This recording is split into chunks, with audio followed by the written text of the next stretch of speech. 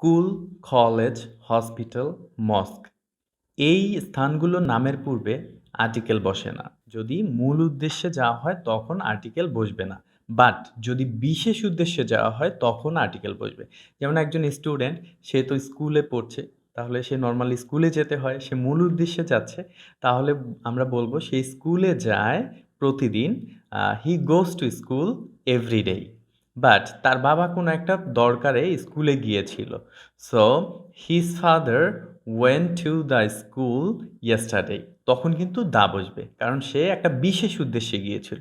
আর তার ছেলে কিন্তু ওই স্কুলে পড়ছে। সে রেগুলার যাচ্ছে, মূল উদ্দেশ্যে যাচ্ছে, শিক্ষা অর্জনের জন্য যাচ্ছে। সো যদি মূল উদ্দেশ্যে যাওয়া হয় এই জায়গাগুলোতে, তাহলে তার পূর্বে কোনো আর্টিকেল বসবে না। আর যদি বিশেষ উদ্দেশ্যে যাওয়া হয়, তখন তার পূর্বে কিন্তু আর্টিকেল বসবে। আমরা আরো একটা উদাহরণ নিতে পারি। যেমন হচ্ছে, Siddique went to hospital to look after a patient.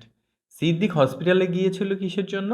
তার একজন রোগীর লুক আফটার বা দেখাশোনা করার জন্য গিয়েছিল। সো এটা মূল উদ্দেশ্যে গিয়েছে। সে যদি বিশেষ উদ্দেশ্যে যেত, তখন হসপিটালের পূর্বে দা বসতো।